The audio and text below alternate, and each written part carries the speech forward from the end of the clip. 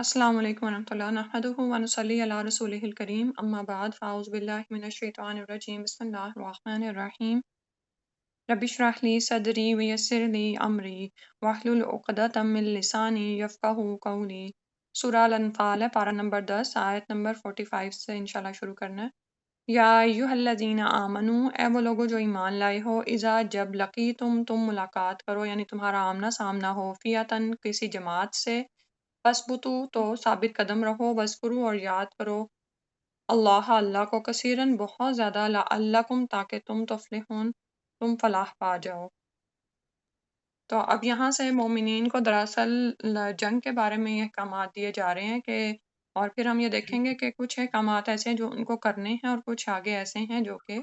انہیں نہیں کرنے ہیں۔ تو یہاں پر بتایا جا رہا ہے کہ جب کسی جماعت سے تمہارا آمنا سامنا ہو تو اس میں سب سے پہلی ہدایت یہ ہے کہ پوری دل جمی اور ثابت قدمی سے مقابلے پر ڈٹ جاؤ، ٹھیک ہے۔ اور اس میں ایک حدیث آتی ہے جو کہ بخاری کتاب الجہاد میں بھی آتی ہے کہ اور وہ آئی ہے کہ باب لا تمن اللقاء العدو، یعنی دشمن سے ملاقات کی آرزو نہ کرو۔ تو رسول صلی اللہ علیہ وسلم نے فرمایا کہ دشمن سے مقابلہ کی آرزو مت کرو، اور اگر مٹ بھیڑ ہو جائے تو پھر پوری ہمت اور ثابت قدمی سے مقابلہ کرو، اور جان لو کہ جنت تلواروں کے سائے تلے ہے۔ یہ حدیث ہم نے سنی ہوئی ہے نا پہلے بھی، کہ جنت تلواروں کے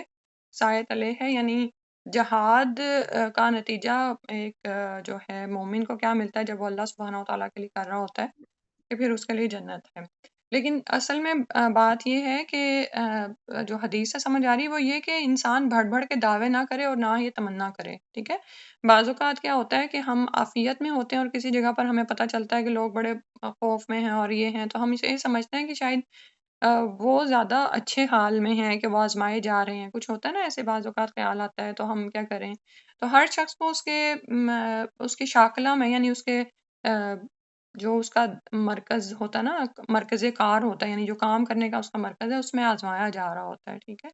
تو تمنا نہیں کرنی چاہیے کہ ہمارے ساتھ یہ ہو جائے تو ہم یہ کر سکتے ہیں یا وہ، لیکن یہ کہ جب مقابلہ ہو جائے، جب آمنے سامنے آ جاؤ فوج کے، اور یہ کسی بڑے کام کے لیے بھی ہو سکتا ہے، کیونکہ اگر ہم کسی فوج کے سامنے نہیں آتے لیکن ویسے ہم کسی بڑے کام کا دعویٰ کر رہے ہوتے ہیں، تو پھر اگر کبھی ایسا معاملہ پیش آ جائے، فَاثْبُتُوا تو ثابت قدمی اختیار کرو، جم جاؤ۔ اور دوسرا حکم کیا دیا، وَاذْكُرُوا اللَّهَ كَثِيرًا، اور اللہ تعالیٰ کو بہت زیادہ یاد کرو، یعنی کثرت سے یاد کرو۔ اور یہ ہر وقت کا یاد رکھنا بھی انسان کو زیادہ ثابت قدمی عطا فرماتا ہے، لعلکم تفلحون تاکہ تم کامیاب ہو جاؤ، اور یہ کامیابی کا راز ہی یہی ہے۔ اب اذکروا اللہ کثیرن میں سب سے بڑھ کر اللہ کا ذکر تو ہوتا ہی نماز میں ہے نا، تو اس سے یہ بھی ہے کہ بالخصوص میدان جنگ میں اپنی نمازوں کا خیال رکھو، اسی پر بھروسہ رکھو، ٹھیک ہے۔ اور ہم عورتوں کا جہاد تو گھر میں ہی ہوتا ہے، گھر کے کام کاج، گھر میں کوئی مہمان آ گیا کوئی کچھ، تو ہم نے ان کو ٹائمنگ پہ جو ہے سارا کچھ کرنا ہوتا ہے، اور اس کے ساتھ ساتھ گھر والوں کا خیال بھی رکھنا ہوتا ہے۔ تو آپ یہ دیکھا کریں کہ اس وقت ہمارا جمنا، ہماری استقامت کیا ہوتی ہے،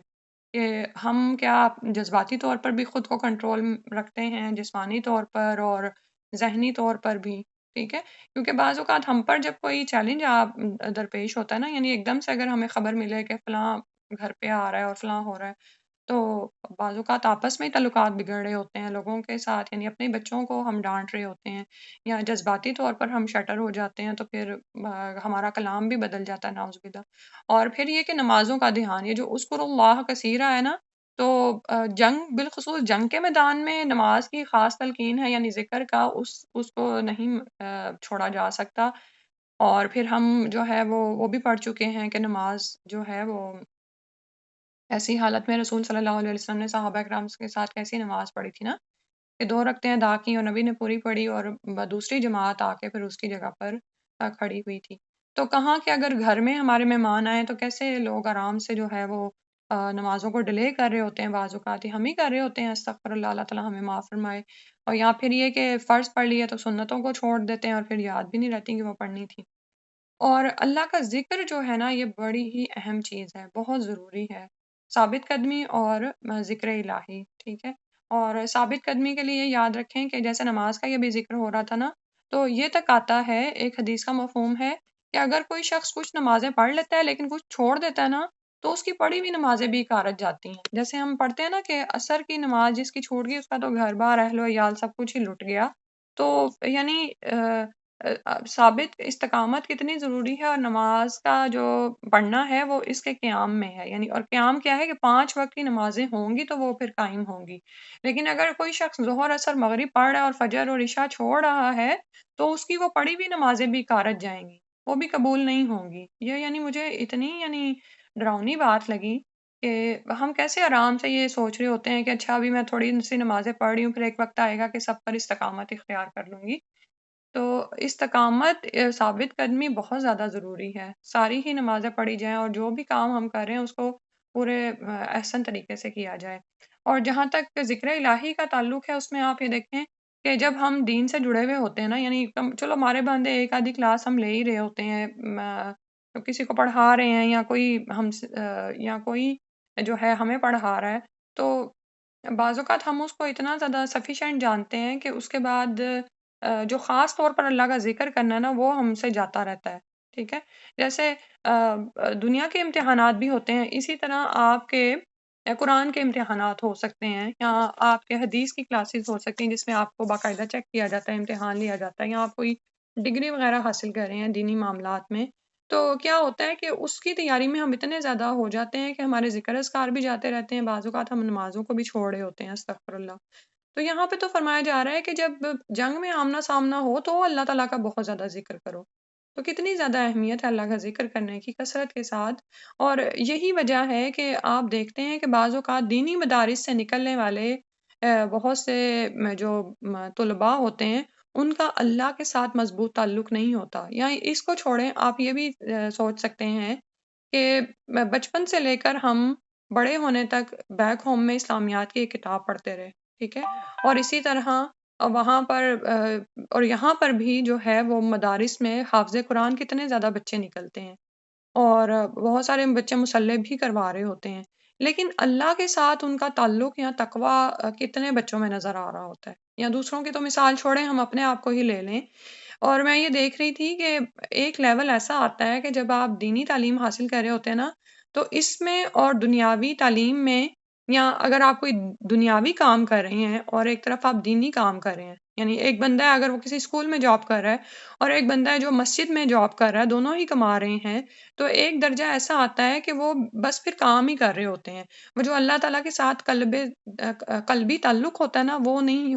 بحال ہوتا، ٹھیک ہے؟ تو اس کے لیے خاص کوشش کرنی پڑتی ہے، اس کے لیے ذکر الہی کرنا پڑتا ہے، اس کو لازم پکڑنا پڑتا ہے۔ تو آج ہی ہم دیکھیں کہ ذکر الہی جو ہے ہماری زندگی میں کتنا ہے، اور یہ بھی کہا گیا کہ اتنا زیادہ یاد کرو اللہ کو کہ لوگ دیوانہ کہنے لگیں، ٹھیک ہے؟ یعنی بعض اوقات یہ ہوتا ہے نا کہ ہم نے تسبیح ہاتھ میں پکڑی ہوتی ہے اور ہم ظاہر ہے کچھ لوگوں کو نہیں عادت ہوتی کہ وہ شمار کر سکیں، تو وہ تسبیح لے لیتے ہیں، اور یہ بھی یاد رکھیں تسبیح کا پکڑنا بدعت نہیں ہے، بعض لوگوں اس کو بدعت بالکل ہی بدعت قرار دے دیتے ہیں، اور تو تسبیح ہاتھ میں پکڑی ہوتی ہے تو ہمیں یہ لگتا ہے کہ لوگ ہمیں ریاکار کہیں گے، تو یہ بھی آتا ہے کہ اگر اللہ کو اتنا یاد کرو کہ لوگ دیوانہ کہنے لگیں یا ریاکار کہنے لگیں، ٹھیک ہے؟ اگر کوئی ریاکار کہتا ہے یا کچھ بھی کہتا ہے تو آپ کو کیا، آپ نے تو اپنے دل کی حالت دیکھنی ہے نا کہ وہ کیا ہے، اللہ کے ساتھ آپ کا تعلق کیسا ہے۔ تو انشاءاللہ ہم کوشش کریں گے کہ جس وقت تو ہم قرآن پڑھ رہے ہیں ٹیسٹ دینے کے لیے یا کچھ کرنے کے لیے، اس کے علاوہ بھی ہم اپنا ایک تعلق اللہ تعالیٰ کے ساتھ قائم رکھیں، اپنا یومیہ قرآن بھی چلتا رہے ہمارا، ہماری نمازیں اور ہمارے ذکر اذکار بھی چلتے رہے، یعنی ہم قرآن کے سبق کو یاد کر لینا ہی ذکر نہ سمجھیں، بلکہ اس سے آگے بڑھ کر روزانہ ہی اللہ تعالیٰ کے ساتھ ایک ایسا تعلق، خاص تعلق قائم کریں، ٹھیک ہے، جو بہت زیادہ ضروری ہے اور یہ جمنے میں مدد دیتا ہے، ٹھیک ہے انشاءاللہ۔ لعلکم تفلحون، یہی ہماری کامیابی کی ضمانت ہے۔ پھر اس کے بعد فرمایا وَأَطِیعُوا اللَّهَ، اور اطاعت کرو اللہ کی، وَرَسُولَهُ، اور اس کے رسول کی، وَلَا تَنَازَعُوا، اور نہ تم آپس میں جھگڑا کرو، فَتَفْشَلُوا، تو پس بزدل ہو جاؤ گے، وَتَذْهَبَ، اور جاتی رہے گی رِیحُکُم، ہوا تمہاری، وَاصْبِرُوا، اور صبر کرو، إِنَّ اللَّهَ، بے شک اللہ، مع الصابرین، صبر کرنے والوں کے ساتھ ہے۔ اور پھر جنگ کی اگلی ہدایت کیا ہے کہ جو کچھ اللہ اور اس کا رسول تمہیں حکم دے رہا ہے اس کو لے لو، اور اس کے بارے میں آپس میں تنازع میں نہ پڑو، اختلاف نہ کرو، اور اگرچہ کہ یہ حکم عام ہے لیکن چونکہ جیسے میں نے آپ کو بتایا کہ رکوع کا آغاز دراصل ہو رہا ہے کہ جب آمنا سامنا ہو فوجوں کا، تو اس وقت آپ نے کیا کرنا ہے، ٹھیک ہے؟ تو جنگ کی اہمیت کے پیش نظر اس کو بالخصوص بیان کیا گیا ہے، ویسے عام حالات میں بھی تنازع نہیں ہونا چاہیے، اللہ اور اس کا رسول کا حکم سامنے آ جائے تو اس کو مان جاؤ، اور آپس میں اپنی کوئی جیسے ہوتا ہے نا اپنی پخ نکالنا، اس کو لے کے دوسروں کے ساتھ گروہ بندی نہ کرو۔ نقصان کیا ہوگا؟ فتفشلوا، تو تمہاری بزدل ہو جاؤ گے، یعنی آپس میں ہی تعلقات خراب ہو جائیں گے، تمہاری ہمتیں پست ہو جائیں گی، تمہاری ساکھ کو سخت دھچکا لگے گا۔ تذہب ریحکم، تو تمہاری ہوا نکل جائے گی، یعنی جو تمہاری ایک وہ ساکھ ہے نا وہ خراب ہو جائے گی، اور یہ سب کچھ کیا ہوگا؟ تمہاری شکست کا باعث بن جائے گا۔ تو کرنا کیا ہے پھر؟ وَاصْبِرُوا، اور جمے رہو، صبر کرو، یعنی ایسے حالات جب پیش آئیں، اور صبر کا مطلب ہی یہ ہوتا ہے کہ نامساعد حالات میں خود کو تھام لینا، خود کو جکڑ لینا، اور ایسے رویے سے اور ایسے اعمال سے بچنا جو کہ ناموافق ہوں اس وقت، ٹھیک ہے؟ تو کیونکہ عام روٹین کے معاملات میں تو ہم اپنے آپ کو تھامے ہوئے ہوتے ہیں، لیکن صبر دراصل یہ ہوتا ہے کہ جب کوئی چیلنجنگ مسئلہ پیش آ جائے تو اس وقت آپ نے خود کو تھامنا ہے، اور یاد رکھو کہ بے شک اللہ تعالیٰ صبر کرنے والوں کے ساتھ ہے۔ اللہ سبحانہ و تعالیٰ ضرور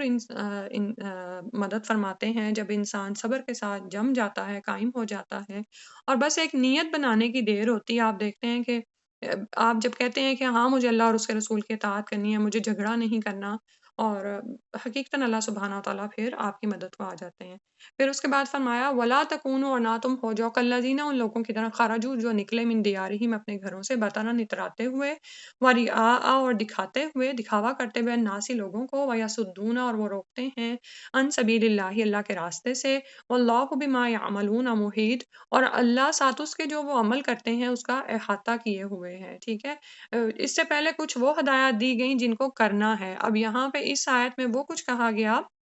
کہ جو نہیں کرنا، ان لوگوں کی طرح مت ہو جاؤ جو اپنے گھروں سے نکلے اتراتے ہوئے اور لوگوں کو دکھاتے ہوئے۔ دو کام نہیں کرنے کہ اپنا یعنی تکبر کرتے ہوئے، اتراتے ہوئے، شان و شوکت پہ غرور کرتے ہوئے نکلے ہوں، اور مقصد بھی کیا ہے اس کا سب چیزوں کا کہ لوگوں کو دکھاوا کریں، اور پھر ان لوگوں کا تو مقصد ہی کیا تھا کہ دوسرے لوگوں کو بھی اللہ کی راہ سے روک دیں، اور اللہ تعالیٰ تو یہ سب کچھ دیکھ رہے تھے جو وہ کر رہے ہیں، اور خاص طور پر یہاں پر ظاہر ہے مشرکین عرب کا ذکر ہے جن کا سردار ابو جہل تھا، اور وہ اپنا لشکر مکہ سے لے کر بڑی دھوم دھام کے ساتھ نکلا تھا تاکہ مسلمان ان کو دیکھتے ہی مرعوب ہو جائیں، بطروا ورعاء الناس، لوگوں کو دکھاتے ہوئے، ٹھیک ہے؟ اور دوسرے قبائل عرب پر اپنی دھاک بٹھانا چاہتا تھا، حالانکہ ابو سفیان کے ذریعے اس کو پھر یہ پیغام بھی مل گیا تھا کہ قافلہ خطرے سے بچ گیا ہے، تو تم واپس آ جاؤ، لیکن ابو جہل نے بڑے غرور سے کہا تھا کہ ہم اس وقت تک واپس نہیں جائیں گے جب تک کہ بدر کے چشمہ پر پہنچ کر مجلس سے ترب و نشاد منعقد نہ کر لیں، وہاں گانے بجانے والی عورتیں خوشی اور کامیابی کے گیت گائیں گی، ہم وہاں شراب پیئیں گے، مزے اڑائیں گے، اور 3 دن تک اونٹ ذبح کر کے قبائل عرب کی ضیافت کا اہتمام کریں گے تاکہ یہ دن عرب میں ہمیشہ کے لیے یادگار رہیں، اور ان مٹھی بھر مسلمانوں پر ہمارا ایسا رعب طاری ہو کہ پھر کبھی ہمارے مقابلہ کی جرت نہ کر سکیں۔ آپ یہ دیکھیں کہ اس کی اس بات میں سے غرور و تکبر کی کتنی بو آ رہی ہے نا، تو اور کتنا دل یعنی ایک دم سے لرز جاتا ہے کہ اس کے اسی جنگ میں اس کی ہلاکت ہونی تھی، استغفر اللہ، اور اس سے پہلے وہ کیا کہہ رہا تھا؟ تو ہمیں نہیں علم ہے کہ کب ہماری موت آنے والی ہے، اور بعض اوقات کیا ہوتا ہے کہ جب واقعی ہم اللہ تعالیٰ سے جڑ جاتے ہیں نا، جس کا پیچھے ذکر آیا کہ جب ہم استقامت اختیار کرتے ہیں، اللہ کا ذکر کرتے ہیں بار بار، تو ایک تقوی کی ایک حالت ایسی پیدا ہو جاتی ہے کہ اگر رائے برابر بھی تکبر ہمارے اندر آ رہا ہو، یا ہماری نیت میں کوئی ایسی چیز آ رہی ہو، یا کسی کے بارے میں ہم نے غلط سوچا ہو، اور ہمارے تو سارے کام ٹھیک ہو رہے ہیں، اور ہم بڑے متکبر ہیں کہ میرے پاس یہ بھی حاصل ہے، میرا بچہ یہاں تک پہنچ گیا، میں نے ان کی نعوذ باللہ ایسا تکبر بھی آ رہا ہوتا ہے کہ دیکھا میں نے اس زمانے میں یہ کر لیا، اس کے لیے تو یہ ہو گیا اس کے ساتھ، تو فلاں یہ نہیں کر رہے ہیں تو ان کے ساتھ کیا حال ہے، یا مال کے حوالے سے بھی بعض اوقات ہوتا ہے کہ دیکھا میں نے بڑے وقت پر انویسٹمنٹ کی تھی تو میرا دیکھو مجھے کیا کیا کچھ مل گیا، تو اور بعض اوقات بڑا بڑا تکبر نہیں تو چھوٹا موٹا ہی ہم کر رہے ہوتے ہیں جو ایک دم سے رائے برابر بھی آ جاتا ہے نا، تو اللہ سبحانہ و تعالیٰ معاف فرمائے کہ موت کا تو کوئی پتہ نہیں ہے، تو ایسا جب بھی خیال آئے نا اس وقت فوراً رجوع کریں، بار بار اللہ تعالیٰ کی طرف پلٹیں، یہ جو ذکر الہی ہے نا اور استغفار ہے، یہی تو ہے کہ ہم جو ہمارے سے گناہ ہو جاتے ہیں ان پر بھی ہم استغفار کریں، اور جو چھوٹے موٹے یعنی ہمیں پتہ بھی نہیں چل رہے ہوتے، اور جو نیت کی خرابی، نیت کا فتور ہمارے اندر آ رہا ہوتا ہے، اس کو بھی ہم جو ہے وہ نکالنے کی کوشش کریں اور استغفار کرتے رہیں، اور اللہ تعالیٰ سے تعلق جو جڑتا ہے نا، جو پہلا حکم ہی دے دیا گیا، جب انسان کا اللہ سے تعلق خاص جڑا ہوا ہے نا، تو پھر ہو نہیں سکتا کہ اس کے اندر تکبر ہو، کیونکہ جب اللہ سے تعلق جڑا ہوا ہے تو انسان کو یہ خیال رہے گا کہ میں کچھ بھی کر لوں، جب تک کہ اللہ تعالیٰ کی دی ہوئی توفیق نہیں ہوگی اور اللہ کا اذن نہیں ہوگا، میرے اندر کوئی بھی صلاحیت نہیں ہے، ٹھیک ہے؟ اب ابو جہل کی یہ جو بات ہے کہ ہم وہاں پر کامیاب ہو جائیں گے اور ہم ضیافت اڑائیں گے، یعنی اب آپ یہ دیکھیں کہ شان و شوکت اپنی جتلا رہا ہے نا، اور اپنا روب طاری کرنے کا اس کا ہے، اور اور پھر اس کے بعد یہ ہے کہ اللہ کے حکم سے جب یہ لوگ وہاں پر پہنچ بھی گئے ہیں، لڑائی کی فضا بھی بن گئی، تو اس وقت بھی کہا جاتا ہے کہ چند سرداروں نے ابو جہل کو لڑائی سے روکا، لیکن اس وقت اس کا غرور اس کے اوپر غالب آ گیا، اور جن لوگوں نے اسے لڑائی سے رکنے کا کہا تھا، انہیں وہ بزدلی کے طعنے دینے لگا۔ تو اللہ کی مشیت پوری ہوئی، ابو جہل کو عذاب سے دوچار ہونا پڑا، اور اسی کی وہ تنزیہ دعا بھی مانگا کرتا تھا نا کہ ہم میں سے جو باطل پر ہے وہ ہلاک ہو جائے، اور 2 نوجوان لڑکوں کے ہاتھوں اس کی موت واقع ہوئی اور نہایت ہی ذلت کی حالت میں مرا، استغفر اللہ! تو تکبر کا انجام ہی کیا ہے آپ یہ دیکھیں۔ اور تکبر میں 2 چیزیں آتی ہیں نا، کہ غمط الناس و بطر الحق و غمط الناس، یعنی حق کو جھٹلانا، اور جو ہے لوگوں کو حقیر گرداننا، خود کو بڑا سمجھنا، ٹھیک ہے؟ اور یہ سب کچھ ہی شان و شوکت وہ کیوں دکھا رہے تھے، وَيَصُدُّونَ عَن سَبِيلِ اللَّهِ، کہ اللہ کے راستے سے روکا جائے، لیکن یہ سب کچھ جو بھی وہ کر رہے تھے اللہ سبحانہ وتعالیٰ اس کو خوب دیکھنے والے ہیں، یعنی احاطہ کیے ہوئے ہیں، اللہ تعالیٰ کے علم میں ہے جو وہ کرتے ہیں۔ وَإِذْ، اور جب زینہ مزین کر دیا، خوشنما کر دیا، لہم ان کے لیے الشیطان، شیطان نے اعمالہم، ان کے اعمال کو، وقالا، اور وہ کہنے لگا، لا غالب لکم، نہیں ہوگا کوئی بھی تم پر غلبہ پانے والا، الیوم، آج کے دن، من الناس، لوگوں میں سے، وانی، اور بے شک میں، جار لکم، میں تمہارا ہمسایہ ہوں، یعنی میں تمہارے ساتھ ہوں، فلما، پھر جب، تراءت الفئتان، پھر جب آمنے سامنے ہوئیں فئتان، 2 جماعتیں، نکسا، وہ الٹا پھرا، علی عقبیہ، اوپر اپنی ایڑیوں کے، وقالا، اور کہنے لگا، انی، بے شک میں، بریء ذمہ ہوں، منکم، تم سے، یعنی اے مشرکین مکہ، تم سے میں بریء ذمہ ہوں، انی، بے شک میں، ارا، میں دیکھتا ہوں، ما لا ترونا، جو تم نہیں دیکھتے، انی اخاف اللہ، بے شک میں اللہ سے ڈرتا ہوں، واللہ شدید العقاب، اور اللہ سبحانہ وتعالیٰ کو سخت سزا دینے والا ہے۔ تو جیسے میں نے آپ کو بتایا تھا کہ جتنا بڑا حق کا کام تھا اتنا ہی زیادہ شیطان نے اس میں اپنا حصہ ڈالا، اور اس نے کیا کیا کہ یہ خود بنو کنانا کے رئیس سراقہ بن مالک کی شکل میں کافروں کے لشکر میں موجود ہوا، ٹھیک ہے؟ اچھا، اب یہاں پہ آپ کو تھوڑا سا سیرت میں جیسے ہم پڑھ چکے ہیں کہ قریش میں قبائل کا کیا حال تھا کہ وہ آپس میں حلیف بن کر رہتے تھے، ٹھیک ہے؟ اور جب لڑائی ہوتی تھی نا، تو حلیف قبائل، یعنی جو ایک دوسرے کے دوست ہوتے تھے، وہ حریف قبائل کے خلاف الائنس بنا لیتے تھے، آج بھی یہی ہوتا ہے، ٹھیک ہے؟ جو الائنس بنتے ہیں نا، وہ حلیف قبائل کے درمیان بنتے ہیں، حلیف ملکوں کے درمیان بنتے ہیں، اور جیسے سیکنڈ ورلڈ وار کو یاد کر لیں، یا اس وقت بھی جو ہے وہ دنیا جو ہے ایک بڑے گلوب کی شکل میں اور بار بار آتی ہے کہ ڈفرینٹ کنٹریز ایک طرف چلے جاتے ہیں اور دوسرے والے دوسری طرف، تو اسی طرح ان کے ہاں تھا کہ مختلف قبائل جو تھے وہ آپس میں حلیف بن جاتے تھے اور کسی دوسرے کے خلاف کھڑے ہو جاتے تھے، ٹھیک ہے؟ اب یہ تھا کہ قریش اور بنو کنانا کی آپس میں دشمنی تھی، انہیں خطرہ تھا کہ بنو کنانا کہیں مسلمانوں کی حمایت کر کے ہمارے لیے خطرہ یا شکست کا باعث نہ بن جائیں، تو ان کے اس خدشہ کو مٹانے کے لیے یہ شیطان نے کیا کیا کہ یہ بنو بکر بن کنانا کے رئیس سراقہ بن مالک کی شکل میں کافروں کے لشکر میں موجود ہوا، اور ابو جہل سے کہنے لگا کہ ہماری طرف سے آج مطمئن رہو، انی جار لکم، ہم تو تمہارے ہمسائے ہیں، یعنی آج ہم تمہاری حمایت کریں گے اور مل کر مسلمانوں سے مقابلہ کریں گے، تم لوگوں کی فتح یقینی ہے، یعنی جب اتنی بڑی ہماری جماعت ہوگی، اتنا بڑا جتھا ہوگا، تو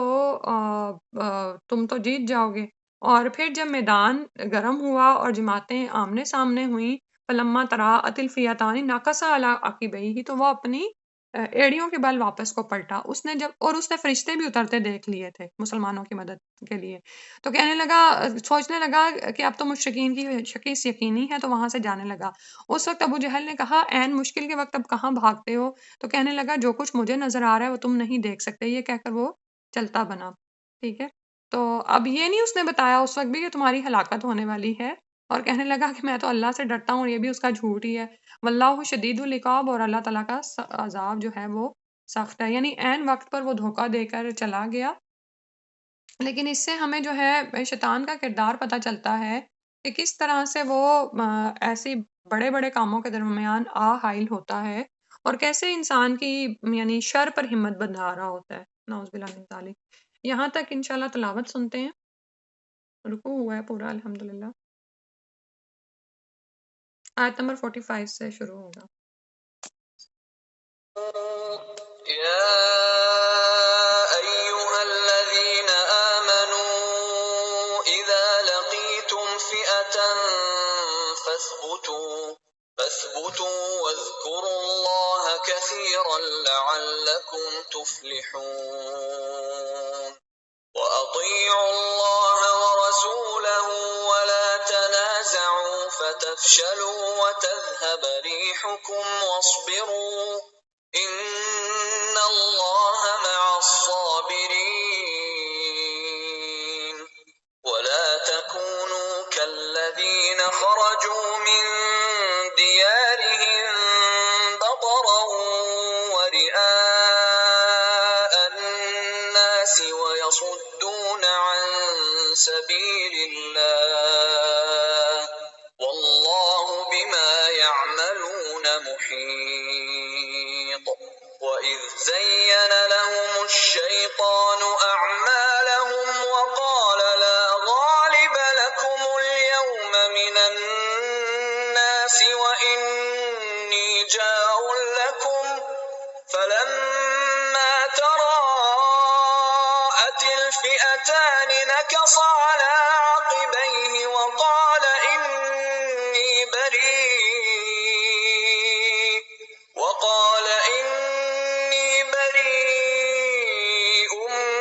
منكم إني أرى ما لا ترون إني أخاف الله والله شديد العقاب یہ اس کے بعد فرمایا اعوذ باللہ من الشیطان الرجیم، اذ یقول المنافقون، جب کہہ رہے تھے منافق، والذین فی قلوبہم، اور وہ لوگ جن کے دلوں میں مرض بیماری ہے، غرہ دھوکے میں ڈالا، ہؤلاء ان لوگوں کو، دینہم ان کے دین نے، ومن یتوکل، اور جو کوئی توکل کرے علی اللہ اللہ پر، فإن اللہ عزیز حکیم، تو بے شک اللہ زبردست حکمت والا ہے۔ اور اب یہاں سے جو ہے مدینہ کے منافق اور یہودیوں کا ذکر ہو رہا ہے کہ اور یہاں پر آپ یہ دیکھیں کہ دو لوگوں کا ذکر ہے، منافقون اور فی قلوبہم مرض۔ حالانکہ منافقوں کے دلوں میں بھی بیماری ہی ہوتی ہے، ٹھیک ہے۔ اور اچھا یہاں پہ نا قلب کے بارے میں ایک چیز میرے ذہن میں آ رہی تھی، ہو سکتا ہے آپ کے پہلے ہی نالج میں ہو۔ جب اللہ سبحانہ وتعالیٰ قرآن میں آنکھ، کان اور دل کا ذکر کرتے ہیں نا، تو وہ افئدہ لاتے ہیں، ٹھیک ہے، یعنی جو ہمارے جو ایک دل کا لوتھڑا ہے، جو اس کی کنڈیشن ہے نا، لیکن اس کے اندر ہی جو احساسات ہیں، جو جذبات ہیں اور وہ سب کچھ ہے نا، اس کے لیے قلب آتا ہے، ٹھیک ہے۔ تو قلب دراصل جس کو آپ یہ کہہ سکتے ہیں کہ آپ کے مائنڈ، آپ کا جو بھی ایک اندر چیز ہے نا، جس کو لوگ مختلف نام دیتے ہیں، وہ چیز ہے، ٹھیک ہے، سبحان اللہ۔ اور پھر آتا نا کہ اللہ تعالیٰ سینوں کے بھید کو جانتے ہیں، تو سینوں میں دل کا یہ لوتھڑا جو افئدہ ہے نا، یہ تو صرف ایک لوتھڑا ہے کہ خون کو پمپ کر رہا ہے، لیکن اصل میں جو اس کے اندر ہے نا، جو بھید ہے، اس کو جو ہے فوکس کرنے کی ضرورت ہے، اور اس تک پہنچنے کی ضرورت ہے ہمارے لیے بھی، ٹھیک ہے۔ تو جیسے دل کی بیماری اوپر کی لگتی ہے نا، کہ دل اچھی طرح سے پمپ کرنا چھوڑ دیتا ہے، تو پھر آپ یہ دیکھتے ہیں کہ نعوذ باللہ موت بھی اینڈ پہ واقع ہوتی ہے، لیکن اس سے پہلے کیا ہوتا ہے کہ گندا خون جب جسم میں مختلف جگہوں پر جمع ہونا شروع ہو جاتا ہے تو کیا صورتحال ہوتی۔ خیر، تو یہاں پہ کیا بات ہو رہی کہ وہ دل جن میں بیماری ہے، تو بیماری جو ہے اس کو آپ بالکل ایسے لے لیں کہ پڑھ بھی چکے ہیں ہم سورہ البقرہ میں کہ کوئی بھی حسد کی سب سے بڑی بیماریاں تو ہیں اللہ کا انکار کی نا، کفر ہے، شرک ہے، منافقت ہے کہ پردہ اوپر چڑھا دینا ایمان کا، اور اسی طرح حسد ہے، بغض ہے، تعصب ہے۔ اور آپ یہ دیکھیں کہ اس سورہ کا آغاز ہی صحابہ کے آپس کے تعلقات کے بارے میں بات سے ہوا ہے نا، اور پھر حسد اتنی بڑی بیماری ہے، نعوذ باللہ من ذالک، تو یہ ساری جونسیاں دل میں ہوتی ہیں، دو لوگوں کو نہیں نظر آ رہی، تو اس کی اصلاح بہت زیادہ ضروری ہے۔ اور منافقین کا تو ذکر آیا ہی، لیکن اس کے علاوہ یہاں پر یہ بھی مراد ہو سکتا ہے کہ کچھ نئے نئے ایمان لانے والے جو ہے نا مسلمان بھی ہو سکتے ہیں، کہ یعنی جن کے دل ابھی تک اچھی طرح سے ایمان پر جمے نہیں تھے، تھوڑا تھوڑا سا یعنی جیسے وہ شک تھا نا، شک کہہ لیں یا یعنی تھوڑا سا جیسے اسباب پہ نظر ہوتی ہے نا، کیونکہ بات ہو رہی غزوہ بدر کی، سامنے اتنی بڑی فوج اور اس کے پاس اتنا کچھ ہے اور آپ کے پاس کچھ بھی نہیں، بے سر و سامان ہیں آپ، صرف ایک اللہ پر بھروسہ ہے، جو آگے آ رہا ہے نا کہ وَمَن یَتَوَکَّلْ عَلَى اللَّهِ۔ تو اب یہ منافق اور جن کے دلوں میں بیماری، یہ کیا کہہ رہے تھے کہ ان کو ان کے دین نے دھوکے میں ڈال دیا، یعنی یہ دیکھتے نہیں ہیں خود کو اور اپنی دینی جوش میں یہ دیوانے ہو گئے ہیں، اور مٹھی بھر جماعت ہے ان کی، اور قریش کی اتنی بڑی زبردست طاقت سے یہ ٹکر لینے جا رہے ہیں، پتہ نہیں کس دھوکے میں پڑے ہوئے ہیں، ان کی تباہی ہمیں تو یقینی نظر آ رہی ہے، لوگ تو یعنی خود اب موت کے منہ میں جا رہے ہیں۔ تو اللہ تعالیٰ نے فرمایا ہے کہ یعنی یہ بات نہیں سمجھتے، اور یہ پیچھے بھی ہم البقرہ میں پڑھ چکے نا کہ ان کو تو شعور نہیں ہے منافقین کو، ٹھیک ہے؟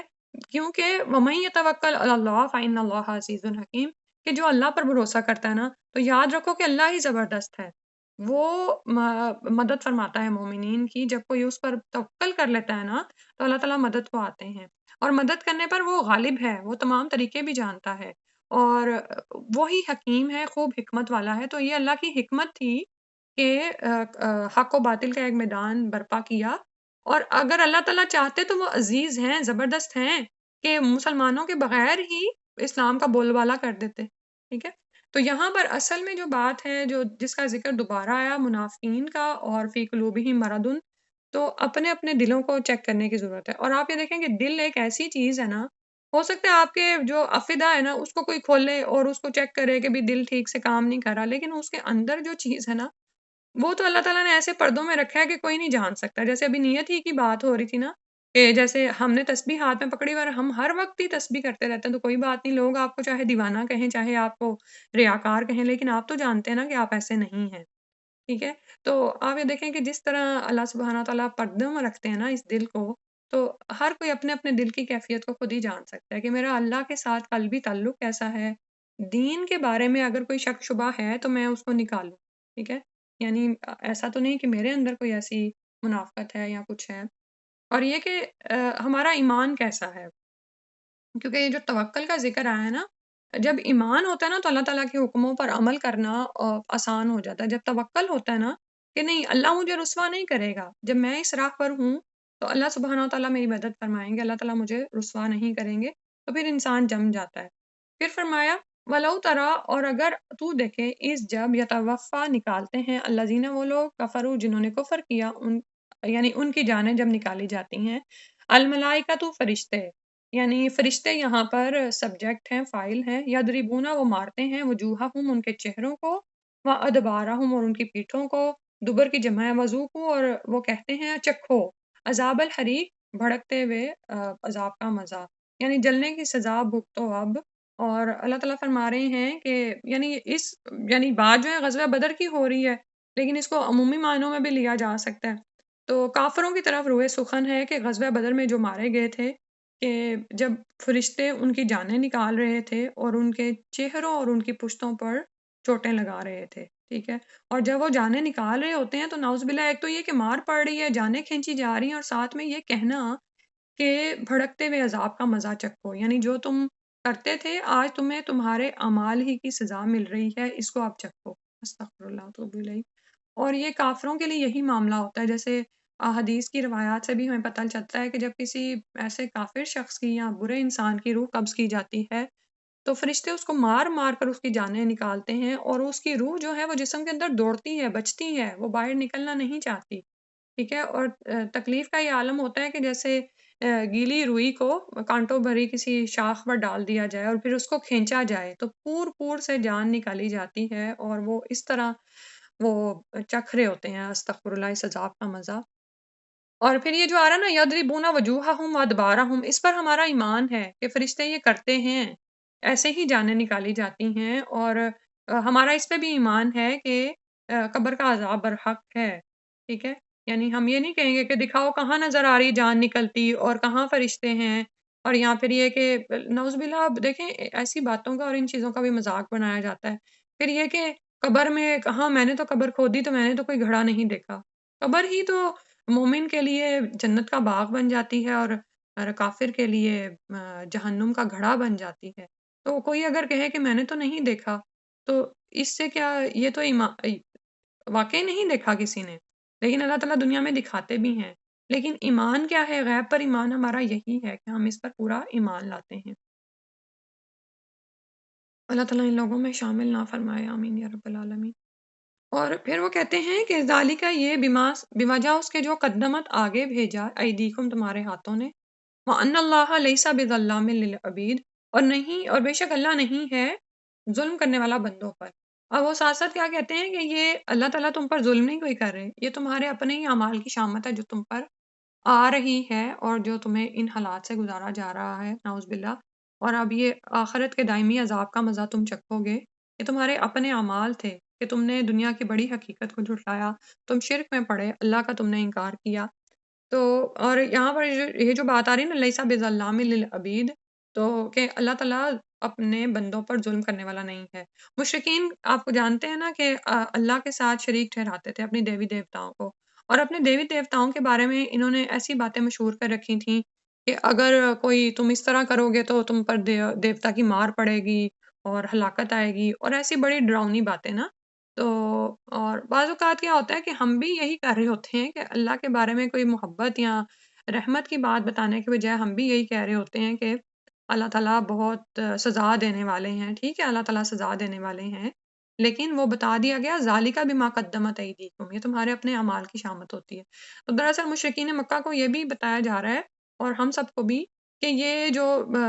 دیوی دیوتاؤں کی طرح انہوں نے پھر اللہ کے بارے میں بھی یہی گمان کر رکھا تھا نا کہ اللہ تعالیٰ ظلم کرنے والے ہیں بندوں پر، اور وہ اللہ تعالیٰ کی طرف سے لوگوں پر شامت آتی ہے. تو بتایا گیا یہ تمہارے اپنے اعمال کی شامت ہے جو تم پر آتی ہے. ٹھیک ہے، اللہ تعالیٰ بندوں کے حق میں ظلم کرنے والے نہیں ہیں. یہاں تک تلاوت سنتے ہیں. إذ يقول المنافقون والذين في قلوبهم مرض غر هؤلاء دينهم ومن يتوكل على الله فإن الله عزيز حكيم. ولو ترى إذ يتوفى الذين كفروا الملائكة يضربون وجوههم وأدبارهم وذوقوا عذاب الحريق ذلك بما قدمت أيديكم وأن الله ليس بظلام للعبيد. سبحانک اللہم و بحمدک نشہد ان لا الہ الا انت نستغفرک و نتوب الیک.